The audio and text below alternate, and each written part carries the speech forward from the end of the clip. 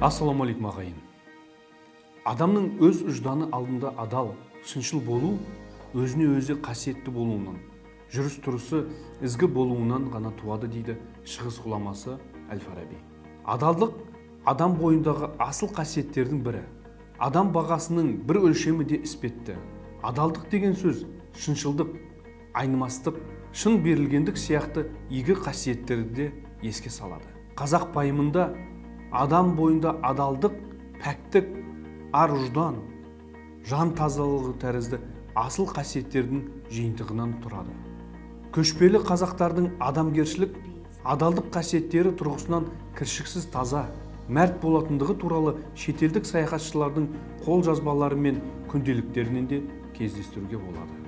Ал қазірше, қазіргі уақытта қалай ол? Адалдық деген сөзге лайықты пенде бар ма? Бір дастархан басында бірге шай ішпеген қазақ бір-бірінің сыртынан ғайбат айтып, асықтық сөйлеп, адалдықтың ақ туын түсіріп, шыншылдықты шырылдатып әлек. Адам арасында ең адал кім деген сауалға жауап іздесек, алдымен ол көзі көрмесе де, көкірегі асыл, жүрмесе де ойы шексіз мүгедек жандар екен. Мүмкіндігі келсе, соларды қуантқан ең сауапты іс және адалдыққа бас ию болып табылатын біліңіз. Бұл орайда Хисрауидин адалдықты адамдыққа құл болма, адал болсаң, әлсіздерді қинама, адам боласың деп жеткізіпті. Бұл сөзді өте орынды.